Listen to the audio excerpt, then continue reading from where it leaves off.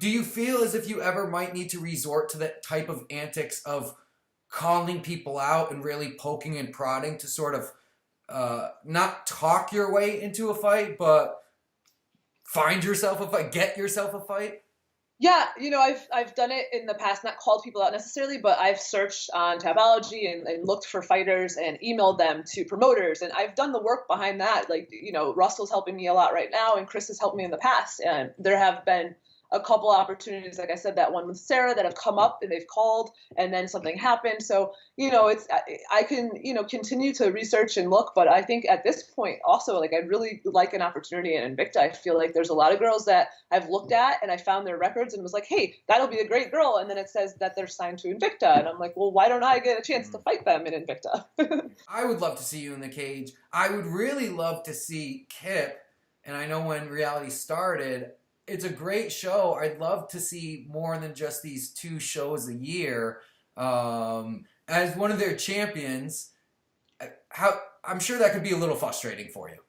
It is a little bit, but I'm just honored because I'm their first women's championship ever. So it's really an honor since I've competed a lot in Nagas. They were my first tournaments with Kip. And, my first fight, my first loss was in the cage at reality, my first pro fight. I took some time away and I fought Andrea Waro, who's also in Invicta.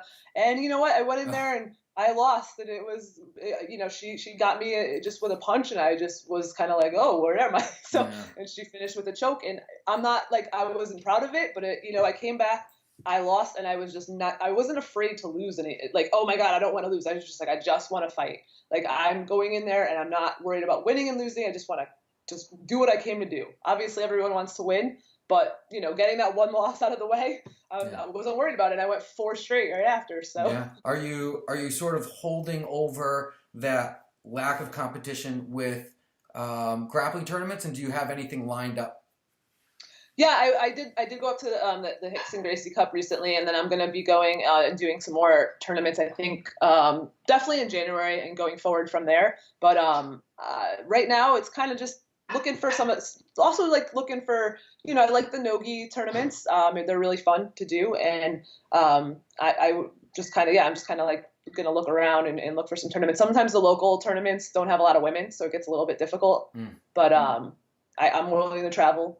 I'm open to that as well. You commit to it. The martial arts world, when I graduated college and I came back home, I learned, I went into a Kempo karate school and just was like, I guess I want to learn to defend myself. I don't want to just run on the treadmill. And there's nothing wrong with that, but I didn't really want to just do that. I wanted to like do something where I was being active and also learning how to protect myself or I could have a skill that I could use. So the best thing I ever did was to start martial arts in general, jiu-jitsu, jeet do, just in general. It has also shaped my MMA game because I think more along the lines of I want to protect myself. So when we walk in the ring, we agree, yes, we're going to fight.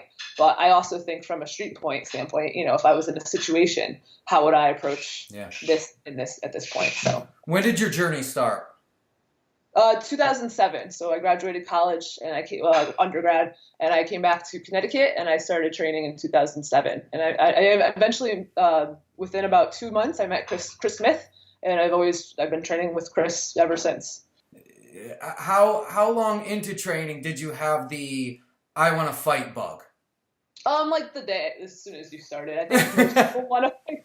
But Chris's rule was until I had my blue belt, he didn't want me to actually have a MMA fight until I got to that level. So I did every tournament possible. Working full time and living home with your mom, you're able to afford them. That's right. But I did. I was like, let's go. I want to do the Naga. I want to go. Let's go to Naga here. Let's go to Grappler's Quest. It helped me build a lot of really good relationships with obviously Kip and Brian. I miss Grappler's Quest. I haven't seen him, but there were some great tournaments, and I fought some really amazing people who are doing really big things right now. And it was just really an honor to be on the same mats with like a Ryan Hall, for example. I'm like fighting right next to Ryan Hall. Like, this is awesome. Now he's in the UFC. We thank you for your time, and if you want to let the fans know your social media handles, if you have any, and if there's anybody that you might have left out, please send them a shout out right now too. Yeah, thank you. My Instagram is Jessy Miele _MMA. My Facebook is Jessy Miele. I have a Facebook page. and yeah, I have Twitter as well, which is just Jessy Miele. So it's kind of simple. That's great. Yeah, I'm out there. Tapology. Well, that's not really social media, but yeah. And then everybody who sponsored me. I have so many people that have sponsored me in the past, and that currently are there for me. My family and Joe Fody. Like I said, the Black Market Kitchen, and just in general. The last fight, it was great. The Fat Bastards Fight Club. My sister's boyfriend and her family, actually, they came out and they sponsored me, and they were all there, and they're really excited to come out again. They're very excited, actually. They're like, "What are we fighting? Let's go!" So I got to go to their Christmas party, or their summer party, and it was just really fun to have so many people in the state of Connecticut that are supporting me. My gym, the IMBCC and Underdog MMA and CrossFit Oakville as well. All the support I get from them, I really, really appreciate it. And there's so many more people, but those are just a few of them.